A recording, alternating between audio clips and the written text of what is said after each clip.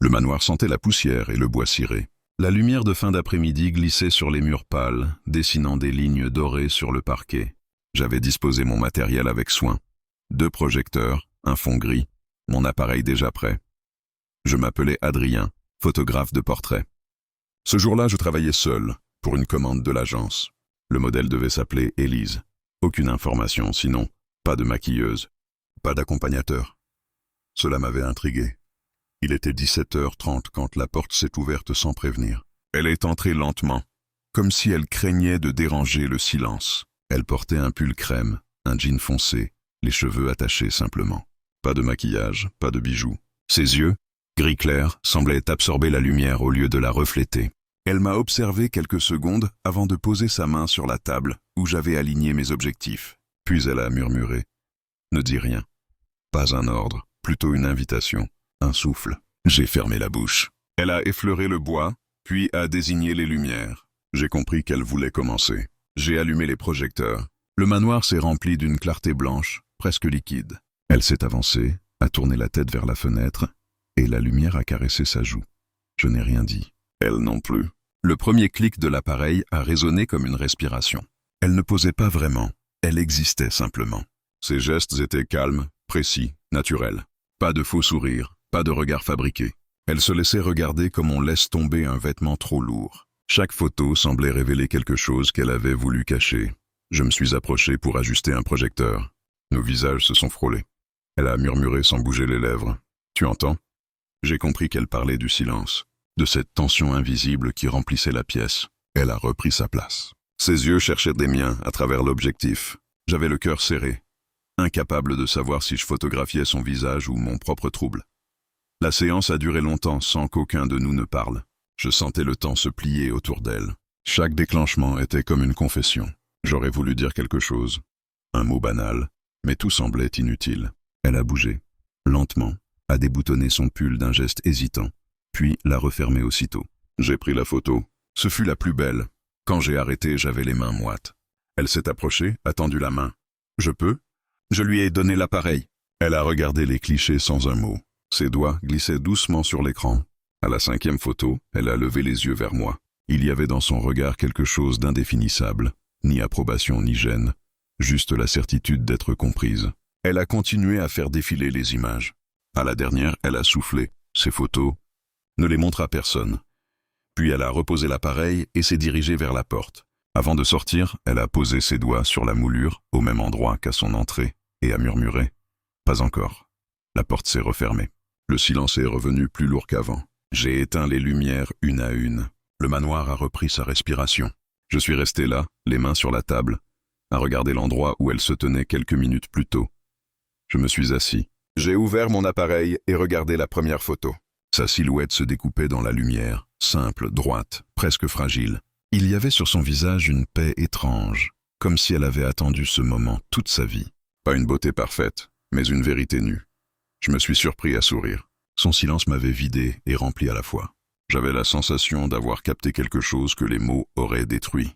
Je ne savais pas encore quoi. Peut-être sa tristesse, peut-être la mienne. Le vent a frappé la vitre. Une branche a effleuré le carreau. J'ai cru entendre un pas, puis rien. Le parquet a craqué, identique au bruit de tout à l'heure, comme si la maison se souvenait d'elle. Je me suis levé et suis allé jusqu'à la porte. Mes doigts ont cherché la même moulure. C'était juste du bois tiède. Pourtant, j'ai eu la certitude qu'elle avait laissé là quelque chose d'elle. J'ai fermé les yeux. « D'accord », ai-je murmuré. Je ne dirai rien. Je suis revenu vers la table et créé un nouveau dossier sur mon ordinateur. Silence Élise. J'y ai glissé les photos une à une, sans les retoucher. Juste pour les protéger, pour qu'elles dorment. Puis j'ai rangé mes lumières, mes objectifs, mes câbles.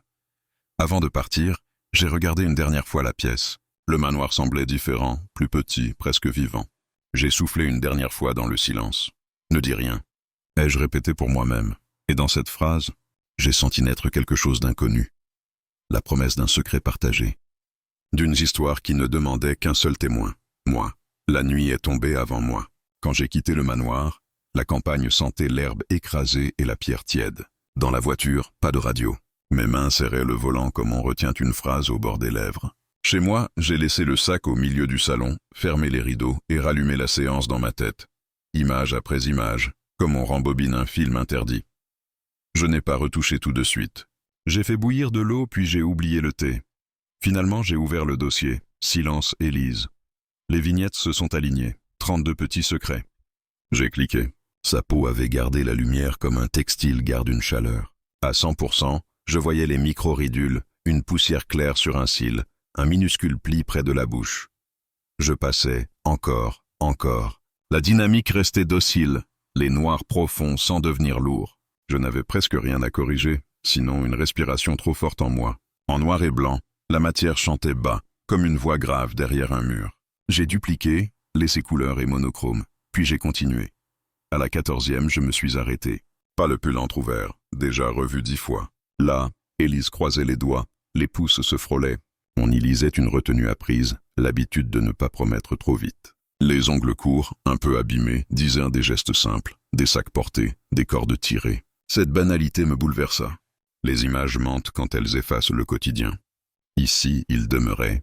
Qu'avait-elle voulu protéger sous le ne dis rien? Pudeur, refus, porte entr'ouverte. Je n'avais pas l'ambition de faire œuvre, seulement de ne pas trahir. L'agence attendrait des fichiers propres, calibrés. Je savais déjà que je n'enverrais rien. Pas encore. J'ai lancé un tirage de travail, A4, papier mat. L'imprimante a gémi. La feuille a glissé comme si elle avalait mon hésitation. J'ai scotché l'image au mur, au-dessus du bureau. Dans mon studio, je garde des murs vides pour écouter les photos. Certaines parlent, d'autres mordent après quelques jours. Celle-ci imposait le silence comme une règle. J'ai tout éteint, sauf la lampe de bureau. Le tirage prit une teinte crayeuse. J'ai reculé. Élise me regardait sans me regarder. Cadre qui me cadrait. Je me suis vu debout, épaules hautes, souffle court. La séance m'avait déplacé. Les boîtiers dormaient dans l'ombre. Je leur ai chuchoté « Je reviens demain ». Je n'ai pas dormi. Les draps froissés rappelaient la toile, rugueuse sous les doigts. Le claquement du déclencheur restait dans l'air. Je sentais la paume d'Élise sur la table, la vibration d'un plancher ancien. Vers 3 heures, la pluie a commencé, régulière, tintement léger sur l'appui. J'ai serré les paupières, mais l'image est restée. Le matin, Paris avait haleine de métal. J'ai bu le thé d'hier, superstition. Puis j'ai rouvert silence Élise. Règle, toucher à la lumière, ne pas réécrire son visage. À mesure que je baissais d'un demi-diaphle les hautes lumières, ses pommettes se posaient. Une clarté discrète longeait le cou, trouvait l'ombre sous l'oreille. Tout tenait dans le presque. Au moment d'exporter, j'ai arrêté ma main. À qui appartiennent ces images? À elle, à moi, à la commande, à la lumière? Aucune réponse certaine, seulement une sensation. Tant qu'elle ne parlerait pas, je ne parlerai pas pour elle. J'ai renommé par lettres, sans date, sans mots-clés. J'ai déplacé le dossier hors réseau, hors habitude. Le téléphone a vibré. Numéro inconnu. Une voix neutre a demandé si tout s'était bien passé, rappelé la date de livraison, souhaité bonne journée. J'ai répondu « Oui, j'enverrai ». J'ai raccroché. Je me suis trouvé malhonnête en m'entendant si correct. Je suis sorti marcher. Le ciel poussait des navires gris au-dessus des toits. Sur le quai, les péniches semblaient des négatifs oubliés. Je pensais à la poussière restée sur son cil, un détail devenu continent. Sur un banc, un enfant faisait rebondir une balle, métronome exact. J'ai murmuré « Tu entends ?» Des passants m'ont regardé. J'ai souri au sol. De retour, j'ai écrit 10 messages que je n'ai pas envoyés. Merci d'être venu. Effacé. Je respecte votre souhait. Effacé. Une question sur les droits. Effacé. J'ai fini par écrire « Il pleut ». J'ai posé le téléphone face contre table pour ne pas hâter la fin. À la tombée du jour, on a frappé. 3 coups espacés. J'ai ouvert. Le couloir était vide. Sur le paillasson, une enveloppe sans timbre, sans nom. À l'intérieur, une feuille blanche. J'ai pensé à une plaisanterie, puis j'ai senti une odeur très légère, presque rien. Jasmin? Ou la pluie? J'ai posé la feuille sur la table. Elle brillait à peine. La nuit, j'ai décroché le tirage et l'ai posé près de la feuille. L'un portait une image, l'autre une attente. Je me suis promis de tenir entre les deux, aussi longtemps que nécessaire. Le silence n'était pas une absence, c'était un cadre. À l'aube, la fatigue m'a lâché. J'ai rangé l'enveloppe dans un tiroir, glissé le tirage en pochette, éteint l'ordinateur. En sortant, j'ai effleuré la poignée comme la moulure du manoir. La peau a une mémoire que la tête ignore. Dans l'escalier, une voisine a dit bonjour. J'ai répondu d'un signe. Ma voix n'a pas franchi mes dents. Dehors, tout semblait plus net. Feu, vitrine, gouttes sur les capots. Je me suis dit, aujourd'hui je n'enverrai rien. La lumière restera là où elle a voulu se poser. Le monde peut attendre. Moi aussi.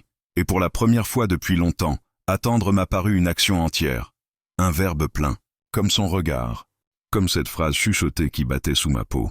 Ne dis rien. Je l'ai répétée en marchant sur les passages piétons, devant les vitrines sombres, jusqu'à ce qu'elles deviennent souffle et rythme. Alors seulement, j'ai senti que la vraie séance commençait. Ici 3 jours ont passé depuis la séance. J'ai essayé de reprendre le rythme, de photographier d'autres visages, de répondre aux mails de l'agence, mais tout sonnait creux. Chaque fois que je levais l'appareil, j'attendais qu'elle apparaisse derrière l'objectif. Ce n'était plus du travail, c'était une absence qui prenait forme. Les autres modèles me parlaient, souriaient, bougeaient.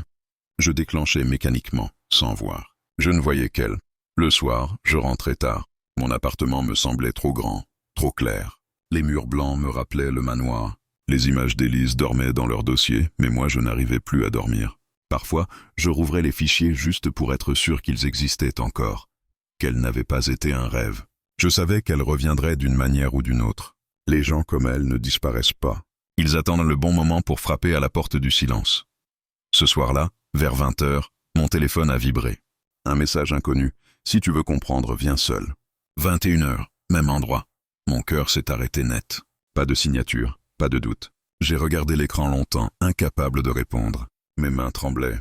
Je suis resté assis, les coudes sur les genoux, à écouter les secondes s'égrener. Puis j'ai pris ma veste, mes clés, mon appareil, sans vraiment savoir pourquoi, et je suis sorti. La route jusqu'au manoir m'a paru plus courte que la première fois. Le vent poussait des nuages bas. La lune jouait à se cacher derrière eux. À l'entrée, la grille était entr'ouverte. Je l'ai poussée doucement. Le métal a gémi comme une bête endormie. La cour était vide, mais la lumière filtrait des fenêtres du rez-de-chaussée. J'ai frappé une fois, sans réponse. Puis j'ai tourné la poignée. La porte n'était pas verrouillée.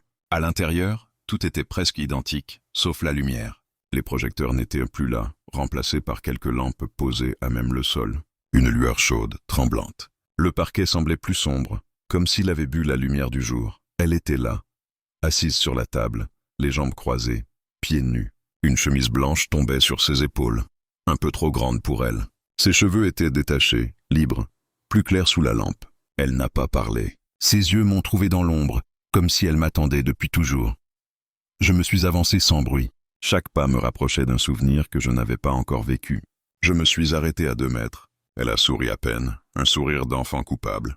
Puis, d'une voix très douce, presque un souffle, « Ne dis rien », c'était la même phrase. Mais elle ne signifiait plus la même chose. Ce n'était plus une consigne, c'était un rappel. Comme si elle voulait que je me souvienne de la promesse invisible qui nous liait. Je suis resté debout, incapable de parler. Elle s'est levée de la table, a marché lentement vers moi. L'air vibrait entre nous, chargé de choses qu'on ne nomme pas. Elle a posé sa main sur ma poitrine. Son contact était léger, presque froid.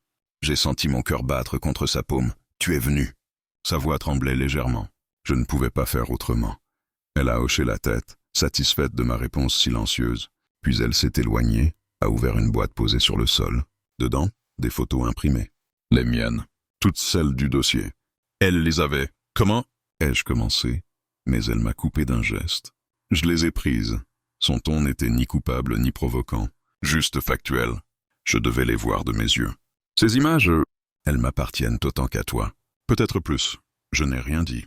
Elle a sorti les tirages un à un, les a étalés sur la table, les mêmes que j'avais fixés sur mon écran. Mais quelque chose avait changé. Des annotations, fines, écrites à la main. Des mots, des flèches, des lignes. Là, je respire. Ici, je me perds. Ce regard n'est pas le mien. Elle m'a regardé. Tu vois, Adrien, tu as capté ce que je fuis. Chaque photo dit ce que je n'ai pas su prononcer. Je m'étais préparé à 1000 scénarios. Colère, reproche, distance. Pas à ça. Son calme me désarmait. Pourquoi m'avoir fait venir? Elle a pris une longue inspiration. Parce que tu as entendu. J'ai froncé les sourcils. Entendu quoi? Le silence. Elle a dit ces 2 mots avec une intensité presque religieuse. Puis elle s'est approchée encore, si près que je pouvais sentir la chaleur de sa peau. Les autres me regardent pour voir ce qu'ils veulent. Toi, tu regardes pour comprendre ce que je cache. Son regard s'est adouci. Je ne parle presque plus depuis 2 ans. Je n'ai pas osé poser de questions. Elle a baissé la tête, a caressé du doigt une photo. Un accident. Une opération ratée. Ma voix n'est plus la même. J'ai appris à me taire. Et depuis, je cherche quelqu'un qui écoute autrement. Le silence qui suivit fut immense. Je sentais son aveu vibrer dans mes os. J'ai posé ma main sur la table, à côté de la sienne. Nos doigts se sont effleurés. Elle a levé les yeux, et pour la première fois, j'ai vu une larme suspendue sur ses cils. « Tu n'as pas besoin de parler, » ai-je dit doucement. « Je sais, » a-t-elle soufflé. Puis elle a pris une photo au hasard, celle du pull entrouvert. Elle l'a tenue entre nous comme un secret. Tu vois cette image? On croirait que je me dévoile. En réalité, je referme. J'ai peur. Toujours peur. Je voulais la rassurer, lui dire que je comprenais, mais ces mots m'ont retenu. Elle a posé la photo sur la pile, s'est tournée vers moi et a ajouté « Ce soir, je voulais juste vérifier une chose. » Laquelle? Que tu es réel. Elle a souri, un sourire fragile, puis s'est approchée une dernière fois. Son front a effleuré ma joue. Son souffle s'est mêlé au mien. « Maintenant, tu peux partir. » J'ai voulu protester, mais elle a posé un doigt sur mes lèvres. Ne dis rien. Je suis resté figé, incapable de comprendre si elle me repoussait ou me protégeait. Elle a ramassé les photos, les a glissées dans la boîte, puis a soufflé la lampe la plus proche. La pièce a plongé dans la pénombre. Avant de sortir, j'ai jeté un dernier regard vers elle. La faible lumière dessinait encore son profil, immobile. Elle ne bougeait pas. Peut-être attendait-elle que je ferme la porte pour disparaître. Dehors, le vent avait changé. Plus froid, plus vif. J'ai marché jusqu'à la voiture sans me retourner. Dans le rétroviseur, le manoir s'éteignait peu à peu, comme s'il effaçait toute trace de notre rencontre. Sur la route du retour, j'ai compris que rien ne serait plus pareil. J'avais entendu son silence, et désormais, il faisait partie du mien. Les jours qui ont suivi ma visite au manoir ont eu la lenteur d'un hiver sans neige. J'allais travailler, je rentrais, mais tout semblait suspendu. Même la lumière de mon studio paraissait différente, moins franche. Les visages que je photographiais se superposaient aux siens, puis disparaissaient dans le flou. Parfois, j'avais l'impression de sentir son parfum, ou peut-être seulement son absence. Un matin, j'ai trouvé une enveloppe glissée sous ma porte. Pas d'adresse, pas de nom. À l'intérieur, une clé USB et un mot, écrit à la main, en lettres droites et fines. Regarde, mais ne parle pas. La même écriture que sur les annotations de nos photos. Mon cœur battait si fort que j'ai failli faire tomber la clé avant de la brancher. Le dossier s'appelait Fragments. À l'intérieur, 6 vidéos datées de l'année précédente. Les noms de fichiers étaient simples. 1. Répétition. 2. Chute. 3. Lumière. 4. Hôpital. 5. Mur. 6. Mer. J'ai ouvert la première. Une salle de danse vide. Au centre, Élise. Plus jeune, plus vive. Elle tournait, sautait, riait sans un son. La vidéo n'avait pas de piste audio. Son visage respirait la liberté. Au fond de la pièce, on distinguait un homme plus âgé, probablement son entraîneur. Puis soudain, un mouvement raté, un déséquilibre, une chute. L'image s'arrêtait juste avant l'impact. J'ai ouvert la suivante. Un couloir d'hôpital, lumière blanche, froide. On la voyait sur un lit, une perfusion au bras, les yeux ouverts, fixes. Ses lèvres bougeaient lentement, sans voix. Le silence de la vidéo me glaçait. Chaque fichier montrait un fragment de sa vie après l'accident. Sa convalescence, la voix qu'elle perdait, les exercices qu'elle tentait, son visage de plus en plus fermé. Puis, dans la dernière vidéo, la mer. Elle marchait sur la plage, les cheveux défaits, face au vent. Elle levait la main vers la caméra, esquissait un sourire et écrivait sur le sable un mot unique. Fine. Je suis resté immobile longtemps. Les images continuaient à défiler dans ma tête, se mélangeant à mes souvenirs d'elle. Je comprenais enfin pourquoi elle fuyait le bruit, les mots, la scène. Son silence n'était pas une pudeur, c'était une cicatrice. Le soir même, je suis retourné au manoir. Je savais que je la trouverais là. Le ciel se couvrait, la pluie menaçait. La grille grinçait toujours, fidèle à elle-même. À l'intérieur, l'air sentait la cire et la poussière humide. Elle était debout près de la fenêtre, la même chemise blanche sur les épaules, les cheveux relevés cette fois. Quand elle m'a vu, elle n'a pas eu l'air surprise. Juste soulagée. « Tu as regardé ?» a-t-elle dit. Sa voix était rauque, faible, presque cassée, mais elle parlait. Chaque mot semblait lui coûter. « Oui », ai-je murmuré. « Je comprends maintenant. » Elle a souri, légèrement. « Non, Adrien, tu crois comprendre. Personne ne comprend vraiment. » Elle s'est assise sur le rebord de la table comme la première fois. Le vent faisait bouger les rideaux, projetant sur sa peau des ombres qui ressemblaient à des cicatrices mouvantes. Après l'accident, ils m'ont dit que ma voix reviendrait. J'y ai cru. J'ai fait des mois de rééducation. Les médecins, les coachs, les stages. Sa respiration s'est coupée. Un matin, j'ai voulu parler, et il n'y avait plus rien. Juste un souffle, sans forme. Comme si tout ce que j'étais s'était échappé dans l'air. J'ai avancé d'un pas, hésitant. « Et depuis, tu vis seule ici ?» Elle a acquiescé. « J'ai loué le manoir il y a 1 an. Les gens croient que je m'y cache pour un tournage. En vérité, je m'y apprivoise. Je parle au silence jusqu'à ce qu'il réponde. Ces mots me serrèrent la gorge. Elle s'est levée et a marché lentement vers moi. La photo, c'est ton langage. Moi, j'ai perdu le mien. Peut-être que c'est pour ça que tu es venu. Pour me prêter le tien, elle s'est arrêtée juste devant moi. Nos souffles se frôlaient. Quand je t'ai dit ne dis rien, ce n'était pas un test. C'était une prière. Je n'ai pas trouvé de réponse. Elle m'a pris la main, l'a posée contre sa gorge. Sa peau était chaude, vibrante, mais muette. Là, tu vois, a-t-elle soufflé. Il n'y a plus de son, mais il y a encore une pulsation. J'ai senti son cœur battre sous mes doigts. Fort, fragile. C'est tout ce qu'il me reste. Je voulais parler, mais elle a secoué la tête. Ses yeux disaient « pas de mots ». Alors j'ai laissé ma main là, entre sa gorge et mon silence. La pluie a commencé à tomber, fine d'abord, puis plus dense. On entendait les gouttes frapper les vitres, puis glisser lentement sur le verre. Elle a levé les yeux vers le plafond, comme pour écouter la pluie à ma place. « J'aime ce bruit », a-t-elle murmuré. « Il parle pour moi ». Elle s'est détournée, a pris sur la table un carnet noir usé. « Je t'ai écrit quelque chose. » Elle l'a ouvert à la dernière page et m'a tendu le carnet. L'écriture fine, nerveuse, couvrait 2 lignes. « Tu es le seul à m'avoir entendu. » Je suis resté figé, incapable de respirer. « Pourquoi moi ?» ai-je demandé dans un souffle. « Parce que tu ne m'as pas interrompu. » Elle a posé le carnet dans mes mains, puis a tourné les talons. « Tu peux partir maintenant », a-t-elle ajouté doucement. « Le reste n'a pas besoin de témoins. » J'ai voulu insister, lui dire que je ne la laisserais pas seule, mais j'ai senti que c'était inutile. Elle m'a déjà confié le plus précieux, son silence. Avant de sortir, je me suis retourné une dernière fois. Elle était debout, immobile, les bras croisés sur la poitrine, regardant la pluie, une silhouette d'ombre et de lumière. J'ai refermé la porte. Sur le chemin du retour, j'ai ouvert le carnet à la première page. Il y avait d'autres phrases, plus anciennes, écrites d'une main tremblée. Si un jour quelqu'un comprend mon silence, il aura ma vérité. J'ai compris alors que, sans le savoir, je venais de franchir une frontière, celle entre voir et comprendre, entre photographier et aimer. Le carnet d'Élise ne me quittait plus. Je le gardais dans la poche intérieure de ma veste, comme un talisman. Je le sortais parfois, juste pour effleurer la couverture noire, rugueuse, et sentir sous mes doigts la trace de son écriture. Chaque modèle était une empreinte silencieuse. Depuis cette nuit, je ne rêvais plus qu'en images. La pluie sur la vitre du manoir, sa main sur ma poitrine, ses lèvres qui bougent sans son. Je n'ai pas cherché à la revoir tout de suite. Peut-être par respect, peut-être par peur. Son silence s'était infiltré dans ma vie, transformant la moindre conversation en bruit inutile. Même ma musique me fatiguait. Je commençais à comprendre qu'aimer quelqu'un comme Élise, c'était apprendre à se taire avec elle. Une semaine plus tard, un message m'est arrivé. Pas de mots, juste une photo. La table du manoir, 2 tasses de café encore fumantes, et cette même lumière d'après-midi que je n'oublierai jamais. En dessous, un seul emoji, une clé. J'ai compris l'invitation. J'y suis allé le soir même. La route semblait familière, presque intime. Le manoir se tenait comme un secret qu'on a peur de redire. La porte était entr'ouverte. À l'intérieur, tout baignait dans une lumière douce. L'odeur du café et du bois ciré se mêlait à celle, plus fine, du parfum d'Élise. Elle était là, accoudée à la table, un léger sourire aux lèvres. Elle m'a fait signe d'entrer, sans un mot.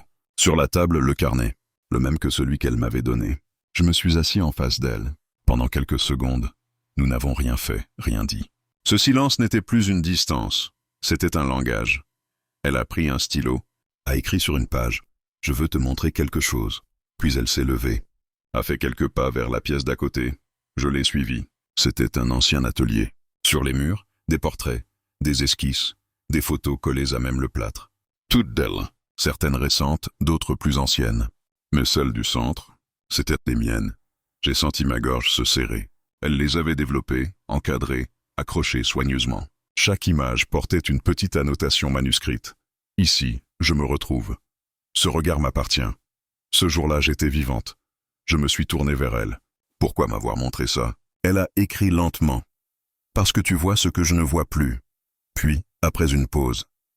Et parce que je veux recommencer. J'ai lu la phrase 3 fois avant de comprendre. Recommencer quoi? Elle a haussé les épaules, puis a écrit, a existé devant un objectif. Je suis resté muet, bouleversé. Mais si tu veux, on peut faire ça maintenant, ai-je soufflé.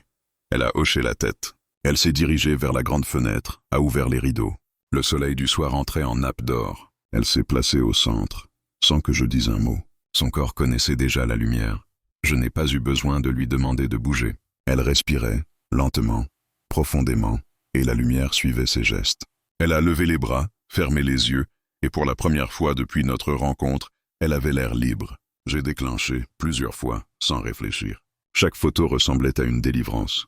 Je l'ai vue sourire. Un vrai sourire, pas celui des séances précédentes, mais un sourire qui naît de l'intérieur. Elle a marché vers moi, a pris ma main et a placé l'appareil entre nos deux corps. Puis elle a écrit sur son carnet « C'est toi que je veux dans l'image ». J'ai compris. Elle a réglé l'appareil d'une main experte, l'a posé sur le trépied, puis est revenue se placer près de moi. Son épaule a effleuré la mienne. Elle a enclenché le retardateur. 10 secondes de silence suspendu. 10 secondes pendant lesquelles je sentais son souffle contre ma joue, son odeur, la chaleur de sa peau. Le déclic a retenti. Une fois, elle ne s'est pas éloignée. Au contraire, ses yeux ont cherché les miens. Puis, sans prévenir, elle a posé sa main sur ma nuque et a déposé un baiser sur ma joue. Lent, tremblant, sincère. Son souffle a glissé jusqu'à mon oreille. « Ne dis rien », a-t-elle murmuré. Ces 3 mots, encore eux. Mais cette fois, ils étaient une offrande, pas une défense. Je l'ai regardée. Ses yeux brillaient. Elle a posé le carnet sur la table, a écrit une dernière phrase. « Si tu parles, tout s'effondre. » Alors j'ai gardé le silence. Nos visages étaient si proches que je pouvais compter ses cils. Elle m'a frôlé à nouveau, et dans ce contact, il n'y avait ni précipitation ni peur, juste cette vérité nue qu'on ne peut dire à personne. La nuit est tombée lentement. Les lampes restaient éteintes. Nous n'avions plus besoin de lumière. Elle s'est assise sur le sol, a posé sa tête contre ma poitrine. Ma main s'est glissée dans ses cheveux. Son cœur battait contre le mien, à la même cadence. Nous sommes restés ainsi longtemps. Pas de promesses, pas de serment. Seulement la certitude muette que quelque chose venait de se briser ou de se construire. Quand elle s'est relevée, elle a pris une photo sur la table, celle du premier jour, et l'a tendue vers moi. Au dos, elle avait écrit au stylo noir. Ce soir, j'ai retrouvé ma voix. Je n'ai pas cherché à comprendre. J'ai rangé la photo dans ma poche, à côté du carnet. Puis je l'ai embrassée doucement sur le front. Le vent s'était levé dehors. Les rideaux dansaient. La maison respirait avec nous.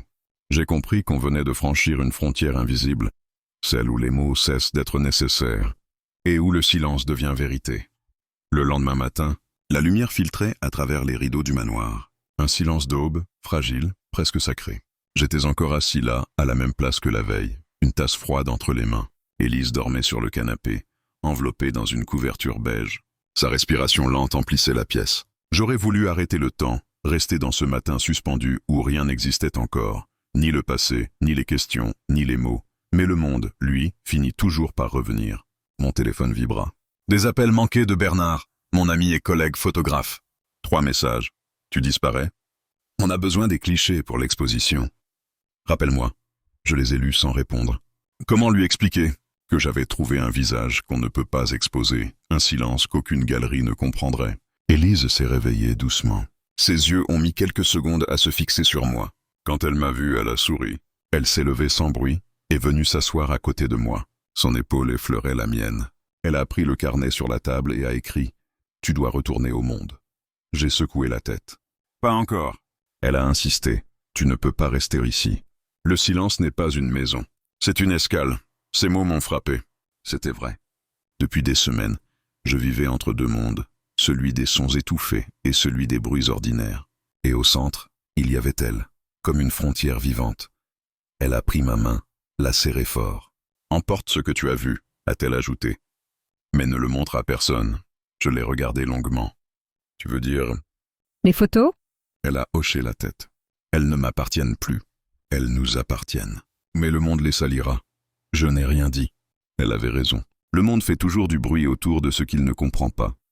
Nous avons passé la matinée à ranger les photos, les négatifs, les carnets. Chaque tirage semblait chargé d'une part de nous. J'avais l'impression d'emballer un secret.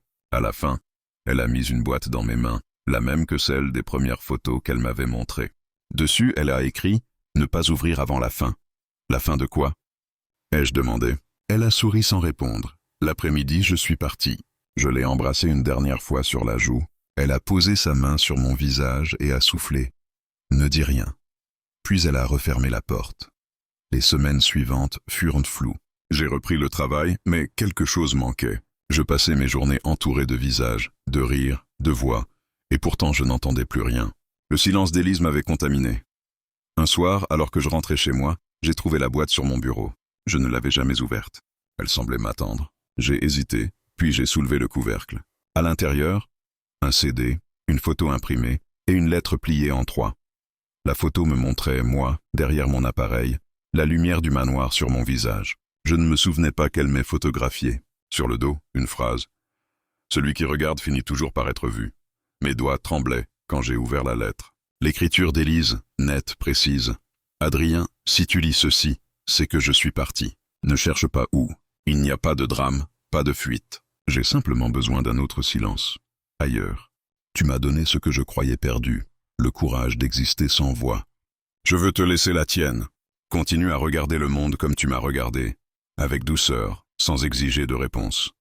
Ne montre pas nos images. Elles sont pour toi, pour te rappeler que certaines vérités se murmurent mieux que toutes les phrases. Et si un jour tu entends mon nom dans le vent, sache que c'est moi qui respire à travers ton silence. Je suis resté longtemps immobile. La lettre tremblait entre mes mains. J'ai mis le CD dans mon lecteur. Un léger grésillement, puis sa voix, faible, rauque, presque un souffle, ne dit rien. Écoute, puis le bruit de la mer, des vagues lentes, rythmées, la même mer que dans la dernière vidéo. Je ne sais pas combien de temps je suis resté là, à écouter. Le son se mêlait à mes souvenirs, à sa respiration, à nos silences partagés. J'ai compris que c'était son adieu. Pas une rupture, mais un passage. Des mois ont passé. L'exposition que je devais présenter s'appelait au départ « Les visages de la ville ». Je l'ai renommée « Ce que le silence garde ». Pas une seule photo d'Élise n'y figurait, mais tout parlait d'elle. Des ombres, des regards absents, des mains suspendues dans la lumière. Les visiteurs restaient silencieux, comme si mes images murmuraient à quelque chose qu'ils ne pouvaient pas formuler. À la fin du vernissage, une femme âgée s'est approchée de moi. Elle m'a serré la main et a dit « Votre travail ». On dirait qu'il écoute. J'ai souri. C'est tout ce que j'ai appris à faire. Quelques mois plus tard, j'ai reçu une carte postale.